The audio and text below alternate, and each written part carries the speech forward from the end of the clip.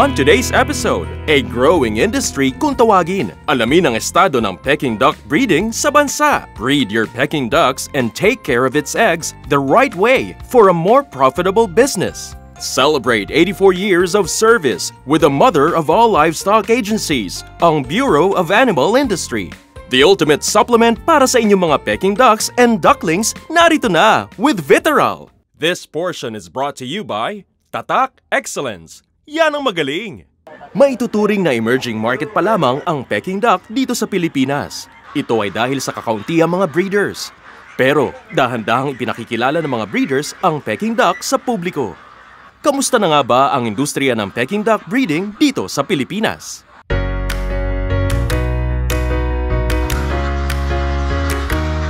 Ang industry ng Peking duck ay masasabing hindi pa gaano kilala dito sa Pilipinas. Ito ay dahil ang pangunahing poultry product natin sa bansa ay ang manok. Sa ngayon, iilan pa lang ang Peking duck breeders dito sa Pilipinas. Ganun pa man, maganda ang merkado ng Peking duck. Ayon sa ilang pag-aaral, maganda ang market sa ibang bansa. Ganun din ang pwedeng mangyari dito sa Pilipinas. We had just made some research and based on the research, ang pinaka-the best na nakuha namin is from Korea, from the Korean Duck Association. And in 2006, they have around 30.5 million Peking ducks slaughtered for 1 year. And in 2011, it grew by 180%. So that's around 80.5 million Peking ducks. So that's a very huge market. So assuming that we also have this type of market here in the Philippines, definitely maganda yung market ng Peking duck.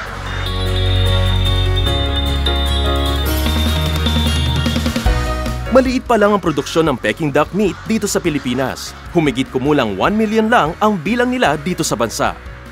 So for the meat consumption, Peking duck meat consumption here in the Philippines, so assuming that it's around 10% of the Japan market for NCR alone, so around 3,000 heads, so that's around 1.8 million per month. So maganda pa rin ang potential ng Philippine market.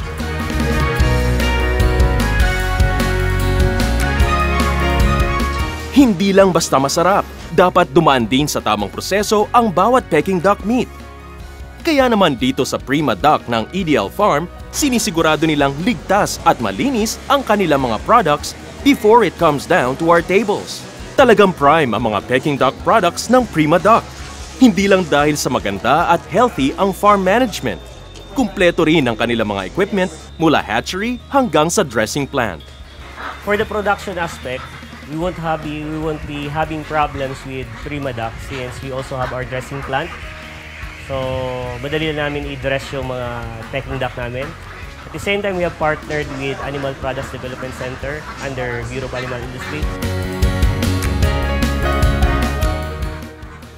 Nahinto ang pag-i-import ng mga Peking ducks dito sa Pilipinas dahil sa pagkalat ng bird flu sa Asia. Sa ngayon, hindi pa nakakapasok ang virus dito sa ating bansa. Kaya naman in demand ang pag-export ng Peking ducks, particularly sa Japan.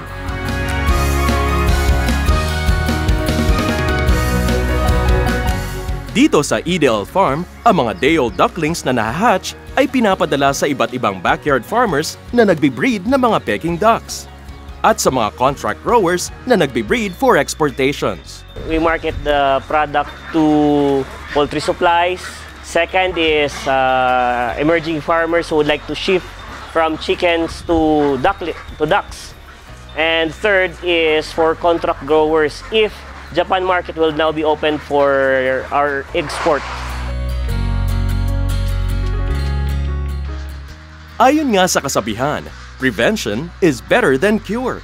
Kaya sa tulong ng Department of Agriculture, napiprevent ang pagpasok ng bird flu dito sa Pilipinas. For the Peking duck, I am glad that Secretary Alcala has assured that they will give full support for the local farmers or the island-born Peking ducks. Pag pumasok ang bird flu dito sa Pilipinas, maraming tatamaan dyan ng mga local farmers or mga breeders.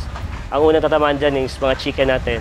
Ang delikado pa dyan is nag-evolve ng virus which will also affect humans. We encourage the local farmers or the Filipinos will breed at saka at the same time raise Peking duck here